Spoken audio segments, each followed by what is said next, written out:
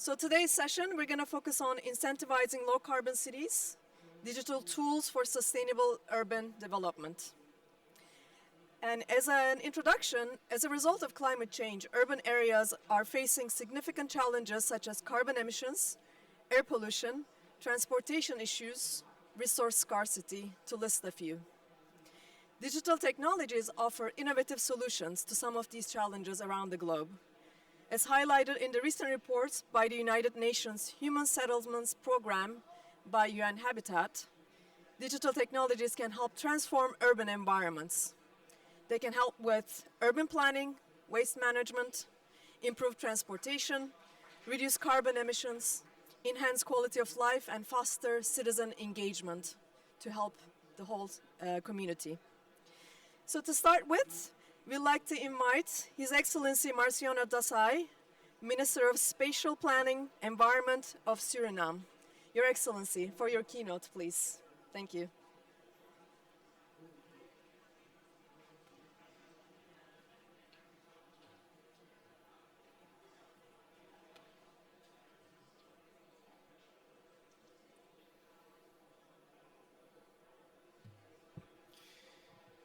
Distinguished guests, ladies and gentlemen, it's a great honor for me to address you this morning.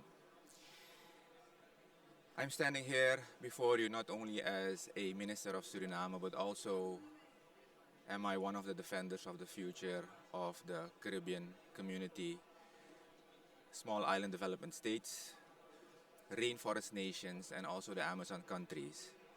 So all these countries I mentioned are faced with the triple environmental threat: climate change, biodiversity loss, and also pollution. For those who don't know Suriname, Suriname is located in South America. We are the only Dutch-speaking country in South America. We are also part of the Caribbean community, and we are also one of the 8 Amazon countries, Amazon rainforest countries. And if you talk about sustainable development, Suriname has been able to have this policy which has kept our rainforest conserved. We have, after decades after our independence, we have been able to conserve our rainforests. Suriname has a land cover of 93% forest. So we have also the status of being carbon negative. So if you talk about climate goals, we have already reached our climate goals. We have a carbon sink, to give you an idea, of 13.1 gigatons CO2. That is equivalent to about 26 times the weight of all people in the world, the 8 billion people on the world. And we plan to stay that way. But even though we are having these results and are helping the world out by absorbing carbon, we are faced with challenges. We are one of the 10 most vulnerable countries in the world due to climate change. Our coast is low-lying. Our city Paramaribo is in the coast. 90% of Suriname's population lives in the coast, and in this coast we also have our agriculture, our tourism, and most of our industries. So we have set the bar high, but we are one of the countries that suffer the most. But even though we do this, we try to mitigate. Last year we have been able to develop the first ITMOs in the world, international transferable mitigation outcomes, in order to help other countries with their climate goals. Besides the challenge of climate change, we are also faced with the challenge of urbanization. We are also faced with the challenge of economic development.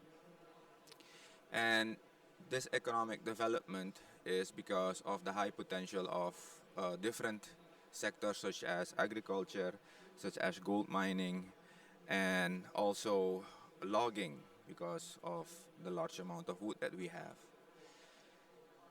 Our main priority for the coming period is that we want to develop in a sustainable manner using technology. We have devised a green development strategy with the diverse criteria, and the most important criteria are: we want to stay carbon negative, that is one. We want to have a good API score, or API stands for Environmental Performance Index. We are now at place 30. 2 years ago we were at place 80. We are at place 30, making us the first in our region, in the CARICOM and the Latin American region. Another criteria for a green development strategy is that we want to stay a high forest country, and that we have equal wealth distribution using the Gini coefficient. So what we have done within our green development strategy is we have made simulations using the business as usual context of urbanization, of economic development. And we have seen that if we do that in this way, as we're doing it now, it would affect all the criteria. So what have we established?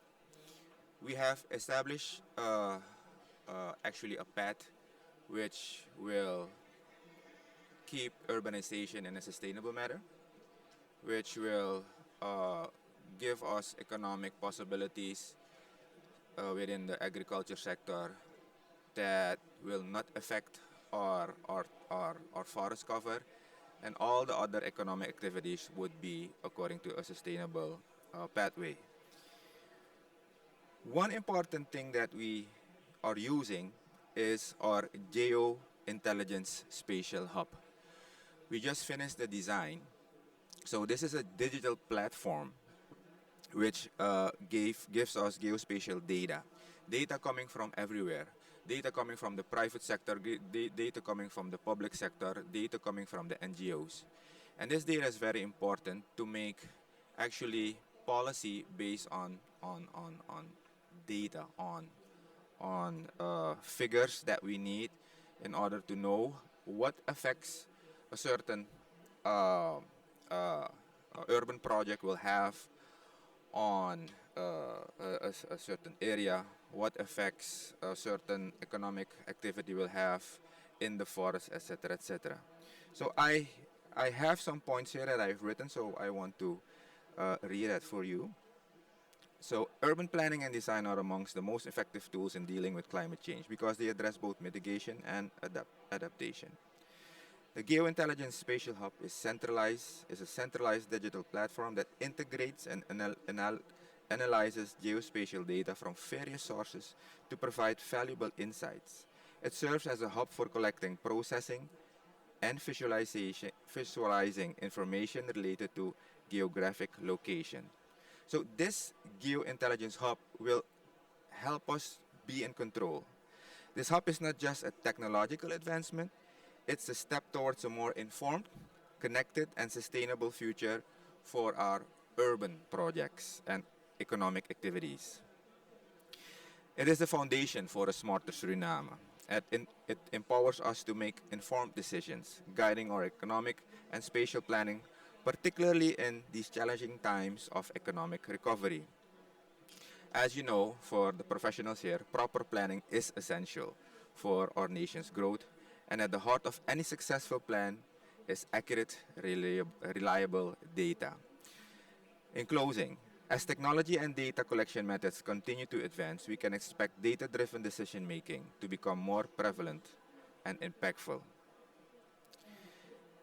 Looking ahead, our GIH, or Geointelligence Hub, will play a crucial role in shaping the future of Suriname, whether it is in urban planning, natural resource management, disaster preparedness, or environmental protection. These digital tools will be at the heart of our efforts to build a sustainable, equitable, and prosperous nation. There is no planet B, there is no plan B. We have to think sustainable and act sustainable. Thank you very much.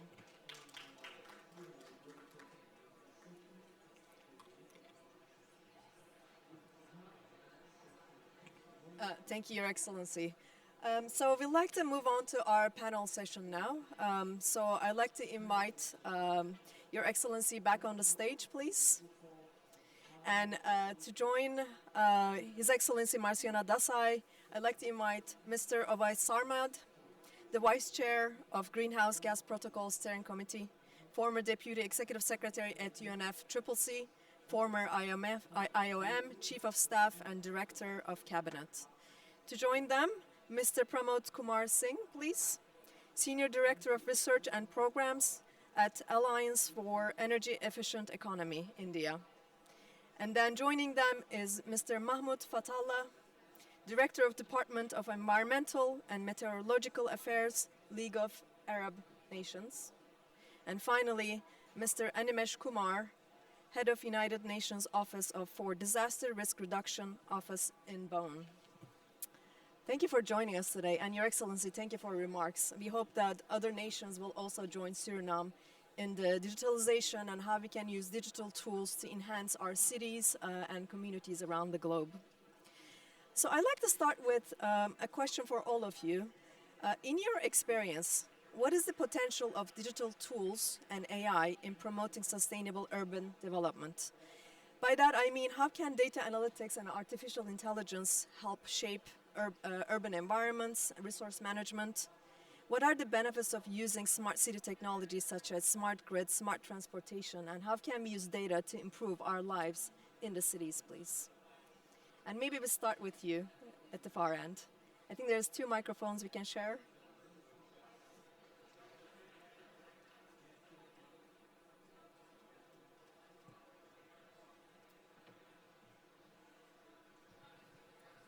Perhaps this works? Yes. Okay, thank you. Yeah, thanks for the questions. I think where we are as of now in the world, technology is something that we definitely are very much, it's part and parcel of our life, and artificial learning, artificial intelligence and machine learning are definitely raising the bar in terms of our understanding.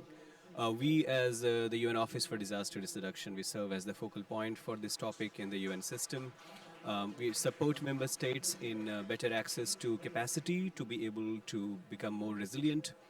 I can provide a couple of examples of how this has actually helped in practical terms. One of the things that we do very comprehensively is to understand the risk of loss and damage and adapt better towards a path of resilience. The first step in that direction is to understand the risks at the most localized scales, in particular in cities and communities. Using the technology at scale, we have developed a tracking system for losses and damages. 113 countries are currently using this to collect data on impact of climate change and disasters at the most localized scales. So we're down to like 3 administrative tiers in each of these 113 countries to collect such data. And that data helps us better understand what has been the trend of events happening, who gets affected, in what part of a city they get affected by what, and what are their vulnerabilities to which they can address better. That understanding has 2 components. One is very strong use of technology, artificial intelligence on the one side, but on the other side is the social aspect of it for the data to be collected. Otherwise, we can't just keep it wholly technology-centric, and that often doesn't work. That has helped really understand the level of risk in these cities and take corrective actions in many of the cases. We have asked city mayors to commit to the resilience levels, and more than 4,500 city mayors have committed to it so far, out of which 2,000 have already taken some steps in one direction. Now that brings us to the second example I wanted to share. 15 years ago, we launched a program called Making Cities Resilient. And initially it was more of a campaign. The campaign was focused on raising awareness on resilience. We came out with 10 specific essentials of city resilience, and we asked mayors to commit to that. And that really raised the bar in terms of our political commitment to resilience. Over time, what we have done is that we have followed a 3-stepped approach to make cities accompany them towards a path of resilience. The first step is for them to understand their risk at the most localized scale. For that, we partnered with IBM and a few other private sector companies to develop a very sophisticated scorecard that city dwellers, communities, and the authorities can use to better understand the gaps that they have and what are the steps that they should be taking.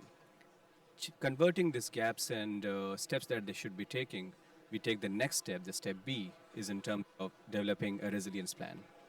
And that resilience plans is submitted to a dashboard. The dashboard is again hosted by private sector entities. Any city in the world, 1,700 of them so far, can develop these plans in a very informed way and put forward on the dashboard. And then the providers of services can then log into the dashboard and see where the demand is and then come back to provide those services. We have found many of these cities to be benefiting from this process. And it is a very good use where cities can actually take very much corrective steps towards resilience with optimization of resources, because it's not a very resource intensive exercise. It's just making demand meet supply. So those are a couple of examples. One thing which I would also want to end with is we have some very good experience with being the co-lead of the Early Warnings for All initiative. And that again, communication of early warning has turned out to be a very strong use of technology, with 95% of the global population covered by mobile technology. But we are finding a lot of challenges as well in terms of making that work.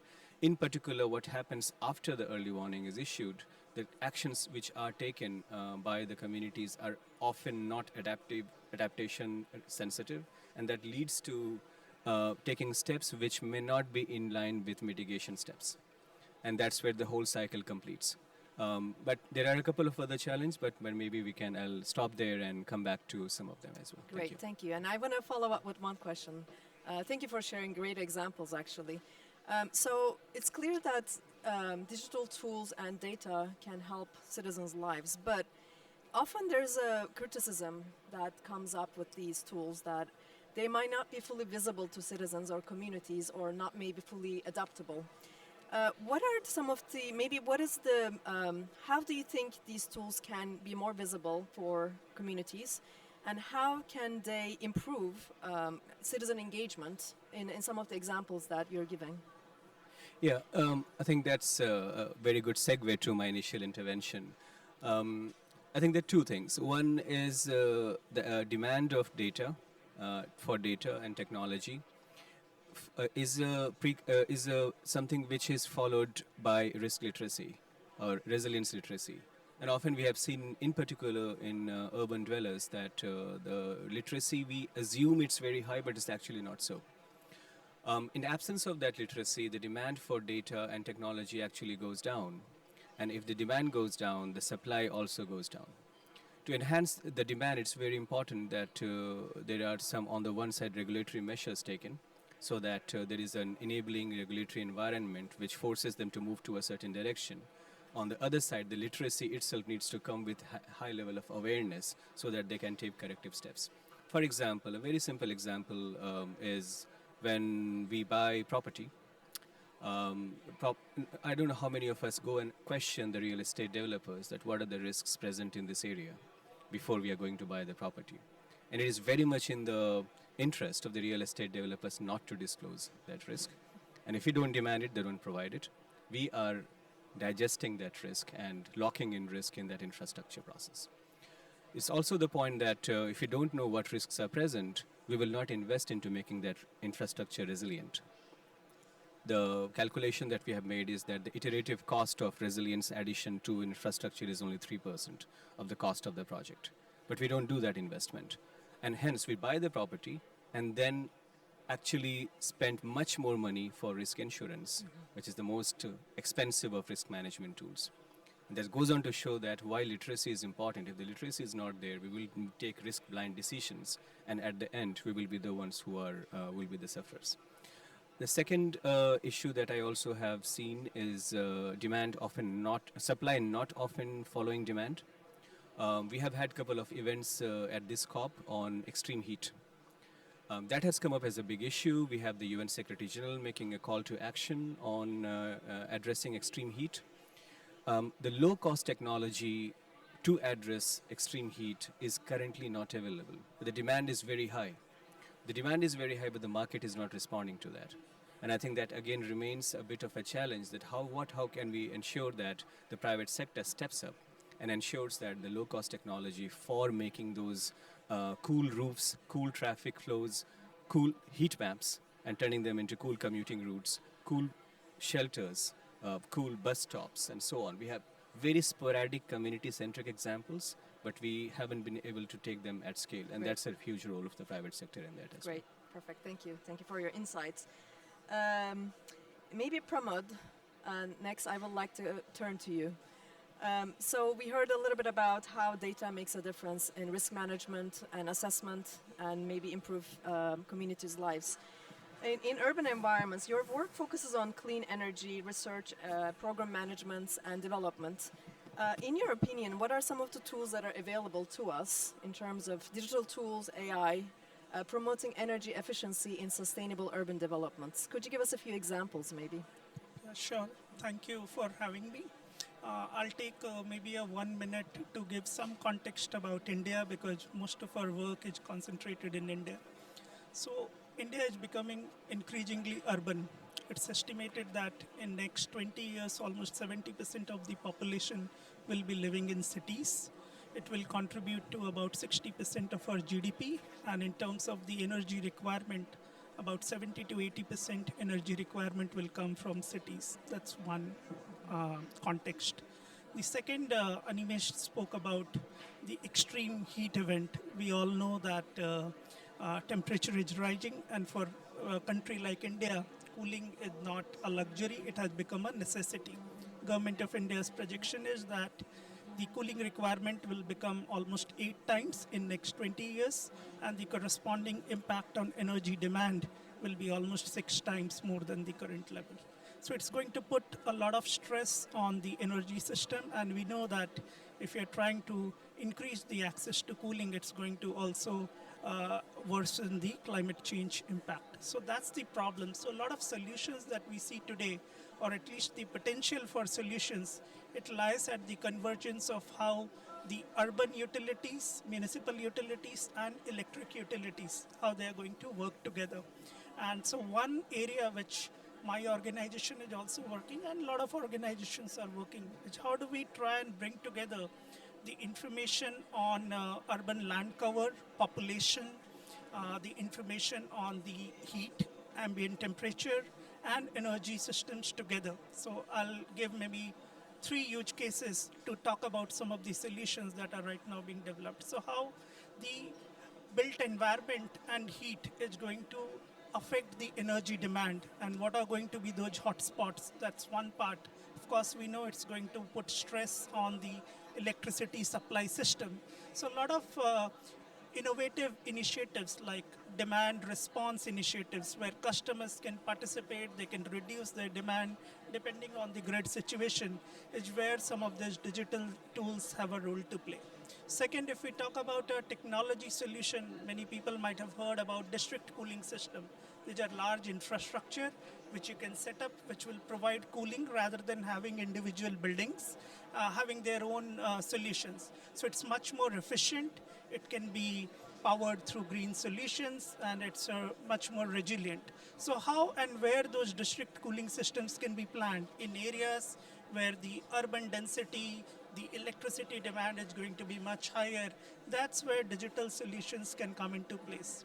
If we talk about one of the interventions which many urban governments, state governments are doing, so in order to make technology affordable, bulk procurement is one solution that everyone talks about. If you aggregate the demand, then it will help you to reduce the cost of the solution. So how do you aggregate those demand? Again, some of these digital tools are helping to recruit customers so that their demand and the kind of products that they need, it can be brought together, it can be standardized, and that's how the price can reduce. So there are 3 different examples of how digital solutions and AI tools can be used to solve the problem. Thank you. Perfect, thank you. And I think you're highlighting quite important aspects of how digitalization is going to help with our energy solutions as well as decarbonization as a result in urban environments as well. I'm going to turn to Mahmoud next to you, and I think your work focuses a lot on economics of energy and economics at the macro and micro scale. What do you think the impact of digitalization for urban environments can be, urban development can be, and how do we justify maybe some of the economics in that area? Yes, thank you for giving me this good opportunity to discuss this important session. Actually, Arab countries is one of the most urbanizing rate of urbanization in the world, and we could digitalization and technology would improve the access to wide opportunities for the region. Let us provide two examples. The first one, we are facing the problem of food security. And food security, we in agriculture sector is one of the main impacted by the climate change, and we can deal with this problem by extended the use of smart agriculture. Smart agriculture would be benefit in the increasing the productivity of rural areas, so that would be help in developing this areas. The second example is the technology and the digitalization would help to expand the financial inclusion. Financial inclusion is very important to help people to engage in opportunities to finance and to exchange their trade with less effort. Finally, in our region, one of the main problem is to identify the rural areas to the digitalization and can help in identified and tracking those peoples to target the subsidies and to provide the main focus in the planning of those areas. One of the development definitions is developing and is extending the opportunities. Digitalization and AI will extend the opportunities for people to engage in trade, to reduce the barrier on transactions,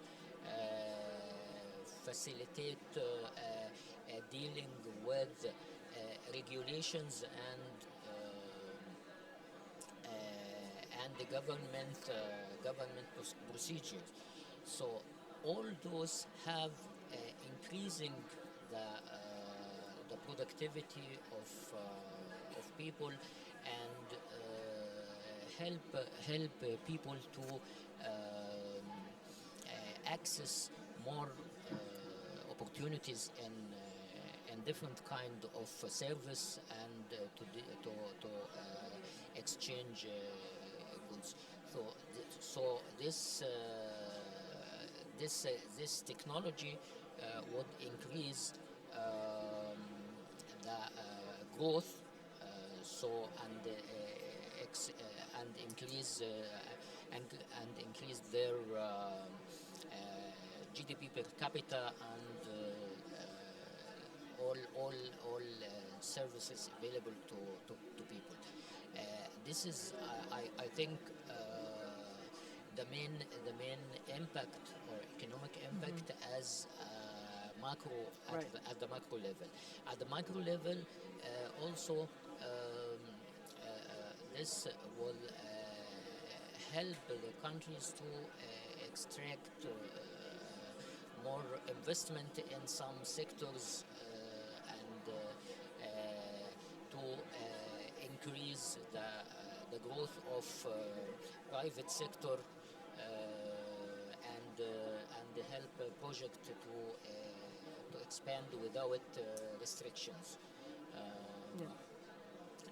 Those some main economic positive impact on the we will target in the region. Perfect. Thank you. Yeah. I'm gonna turn to Awais next. You have implemented some very interesting and very complex initiatives in your career, such as the implementation of highly complex multi-stakeholder initiatives. For example, the Article 6 implementation guidelines of Article 6 in Glasgow and the Lost and Damaged Fund in Sharm el-Sheikh. And I think it's clear from the panelists so far that these kind of initiatives and adaptation requires multi-stakeholder engagement, and they're not going to be easy everywhere. What are maybe some of the things that you think are critical in this process, and what can we all do in private sector and public sector, but also in the civil organizations around the world to enable this transition? Thank you very much, Yasmin. And first of all, thanks to the World Green Economy Organization for hosting us and the UN Innovation Hub for bringing us together. So really appreciate it. And it's a pleasure for me to be here with the panelists, and thanks for your moderation. To answer, to reflect on your question, first of all, in terms of looking at the broad picture, what we're talking about, cities and urbanization, we must recognize cities represent about 75% of energy consumption globally and 70% of greenhouse gas emissions, and that is growing. And cities is where we live, cities is where the populations move to and thriving, and cities are in different stages of development and urbanization and so on. So that creates an enormous range of challenges, but at the same time, a huge opportunity. But in terms of how cities can benefit from multilateral approaches and partnerships and collaboration, from my experience, what I've seen is at the city level, at the mayor's level or municipality level, they're not so much inhibited by the geopolitics or politics of the country or the region. So they are much better placed at taking decisions, and that's where I think technology, data, and the decision making comes into play, and that's where the Internet of Things and artificial intelligence should be put to good use. Now, I come from recently I live on the east coast of Spain, 70 kilometers from Valencia, where many of you must have seen on the news the devastation that happened. It was devastating, and it's a very well-developed in a city in a developed world, and seeing the devastation there, one can imagine what something like that can happen in many other parts of the world, in more vulnerable parts of the world. So therefore, I think it is just extremely important and critical that cities take into consideration all the measures that have been mentioned by the previous speakers to prepare to build resilience capacities and to be able to respond, and very importantly also to have very robust and far effective early warning systems, which is also extremely important. And when talking about that, early warning systems, the effectiveness of that is also something needs to be looked at. But again, coming back to the multilateral process which COP represents, the only way we are going to improve the urbanization cities in their planning and resilience is through collaboration, through listening to each other, to sharing of examples of best practices, what's happening in other big cities and successful cities who have done this, Copenhagen or Stockholm or Miami and Singapore. Those are the cities who have very advanced technological tools at their disposal and have been implemented in almost all aspects of urban planning, uh, management. So there are some very, very good examples there. Great, thank you. And finally, I would like to turn to Marciano. You're an expert in urban design and architecture, and it was impressive to hear what Suriname is doing in terms of some of the analytic tools, databases you're implementing, but also geospatial monitoring and technologies, actually. And my question is, in terms of considering these technologies you're employing today, what are some of the opportunities and challenges for urban design when we talk about sustainable urban development? And how these tools you think are going to help overcome some of the challenges and create new opportunities for places like Suriname? Okay, so from developing country point of view, so we have been able to do this with the private sector. And there are certain companies, private sector companies in Suriname that are advanced. The regular ones are not there yet. So we are very dependent on, how you call this, capacity from outside. We are very dependent on cooperation, uh, such as the article says, cooperative approach. So that is one of the challenges. And then you have the local agencies, architectural bureaus, engineers that you have to catch up. And this is something that is very new. And to catch up with this technology, you need finance. You know, the quality of the data is very important to give us the data to have the equipment to make the data. So you receive data and you have to make new data. That is dependent on finance. That is dependent on capacity. So those are the issues that we see. But the opportunities are collaborative approaches with other countries. You know, within the Caribbean, we see that we can share technology. We can share our hub. We can make a hub not only for Suriname but for the whole Caribbean, for the whole Amazon. The Amazon countries, such as Brazil, they have satellite technology that they offer to us. So these are the good opportunities if we collaborate with the other countries. Right, and what are some of the challenges that you had to overcome in this process in Suriname? Collecting of data.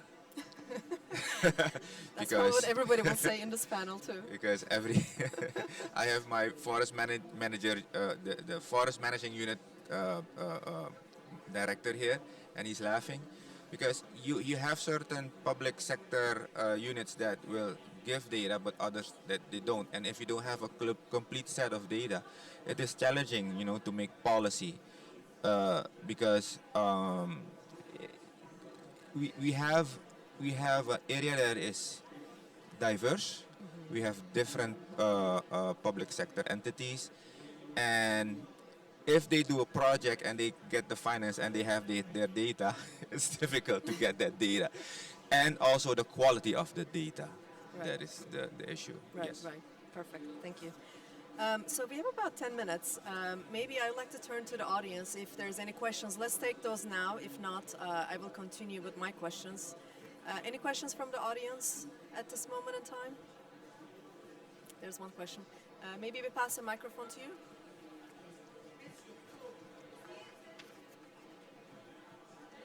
Hello, thank you everybody for your time today. My name is Charles. I'm a research fellow with the US CDC.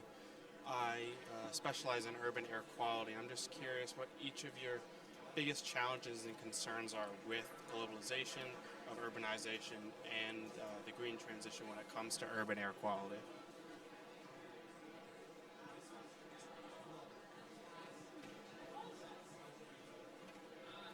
Yeah, that was a very good question, and thank you for your engagement. From my perspective, I think the biggest challenge is we know what the problems are, as the Minister of Suriname has mentioned, the triple crisis that we are facing: climate change, pollution, biodiversity. And in terms of pollution, which affects most of the cities, what is lacking as I said, there is awareness, there's willingness to do things in the right way, but it's the transition to a more sustainable, green, and cleaner sources of energy and transitioning in that area to that side is very slow paced for a variety of reasons, depending on which city, which part of the world. But so what we need to do is to expedite it, to make it more robust, and provide the technology and the capacity building where it is needed from those who have it and those who need it. Anyone else would like to add? Maybe I'll add something on the buildings and construction sector. So while over the past couple of decades, especially taking India as an example, a lot of efforts have been made to increase the operational energy efficiency of buildings when it comes to the embodied or the entire life cycle. There is still a lot of runway ahead and countries making effort. When it comes to the construction practice, and these days Delhi and so many parts of North India is in the headlines, because of the construction, how it impacts the air quality, that is a part which, even if we focus on some of the building codes and talk about the embodied life cycle carbon, the impact on air quality because of the construction is still getting missed out. So that's a challenge. And how do we again try and increase the canvas to not only look at the life cycle energy, life cycle carbon, but also the impact of construction on the air quality. That something needs to be solved. I think there's one more. Yeah, just to, I think, I wouldn't directly respond to that because we don't work on that, but going back to the previous points I was making in terms of risk literacy and data, an air quality index, AQI, is, I think, a good example of how the cognitive bias of citizens can be harnessed and enhanced using air pollution as a basis to enhance climate awareness and risk literacy. I think that's something which is on the flip side of the action. The other thing which I would leave with is also I think it's very nice to hear that everyone believes in the importance of data. There are two challenges with data. One, everybody wants to use data, but nobody wants to invest in it. And that has been a challenge. So it's something which we need to enhance the level of investment. If we don't have the right data, we will not be able to manage our risk. And we always say in UNDRR that what you cannot manage, what you cannot measure, you cannot manage. And unfortunately, sometimes we become masters in the art of managing without measuring, which is very dangerous in the context of climate change. What's also very important is that we are taking some baby steps towards making data as a digital public good. Some steps are being taken. The Chief Executive Board of the UN has just endorsed the principles for data as a public good. And we are on the path where soon you will hear that data compact, following the digital compact, is also being developed. Once that happens, that will really scale up the cooperation between the private and public sectors and the citizen at large in terms of the enlarged use of data. Right, right. Thank you. Just a small point to add, what we cannot measure, we cannot manage, and we also won't be able to finance it. So from financing point of view also, that's very important. And it's also, as Marciano mentioned, it's the quality of what we're managing and measuring as well is quite critical in all these conversations. So we have a few minutes left, and I would like to ask one question to wrap up with, and hopefully it's a hopeful answer and a hopeful question for all of us. And I would like to get some quick answers from each one of you. So my question is, what is the one concept or idea that gives you hope for creating low carbon cities with digital tools?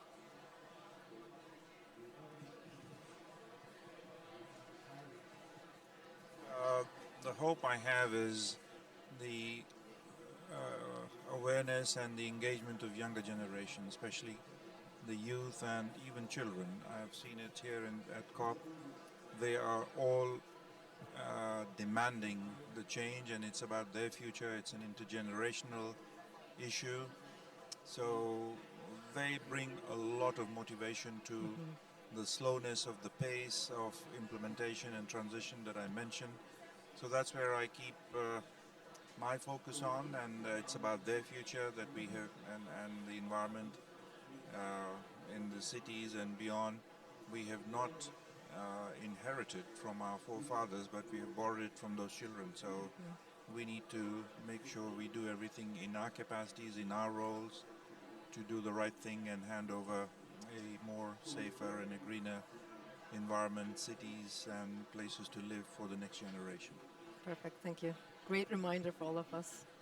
Maybe I'll go next. The hope that I have, the way entrepreneurs and startups are trying to solve today's problems with innovation without too much maybe dependence on government policies and support, that gives me hope that perhaps the solution will come bottom up and in a voluntary manner rather than coming from the top-down policy push.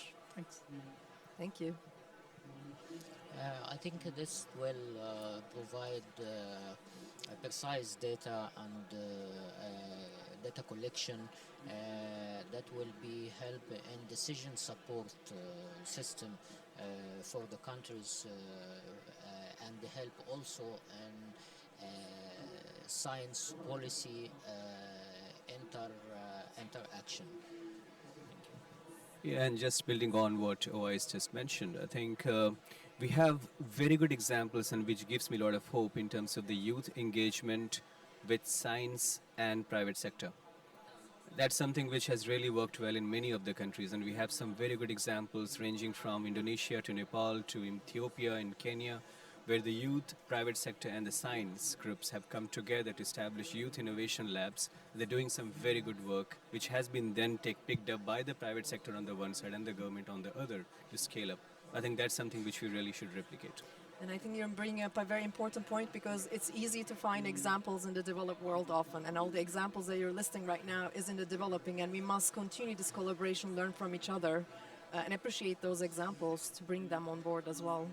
And Marciano, you have the last word here. From the government's standpoint is that we see that more data-driven policies are being made now, and the more technical people we have in the governments, the more governments will use technology, use AI, to make the best decisions, because the best decisions are made based on good data, quality data. We don't have to look in the sky and think, okay, what are we going to do, A or B? No, we don't do that anymore. We have AI, and as mentioned, the younger generation is very fast in using technology, and if they know what the results can be using technology for urbanization, etc., we will have a better future. Right. Definitely. Right, makes sense. So we're coming to the end of our panel here, and I would like to thank all of you this today, and also World Green Economy Organization as well, for enabling this conversation here. I think we've heard some really important points from all of you, and maybe to summarize, we heard some clear examples on science, on citizen engagement, on how digital tools can improve our lives. We heard that making them visible is extremely important to show how they actually improve communities and citizens' lives. We heard that public and private collaboration and ambition building is critical in this process. And we heard that we borrowed to this planet from our future and not from our past. And bottom-up is as important as top-down approaches. And in this process, we have to make sure that we build capacity, but also we build capabilities and finance along the way. And quality of data is going to play a key role in this transition that we're talking about. And finally, I want to come back to what Your Excellency said. There's no Planet B and there's no Plan B. So we all have to do our parts in this transition and using digital technologies and AI towards a green, sustainable urban development. And thank you very much for your time, and thank you for joining us today. Let's take a photo maybe.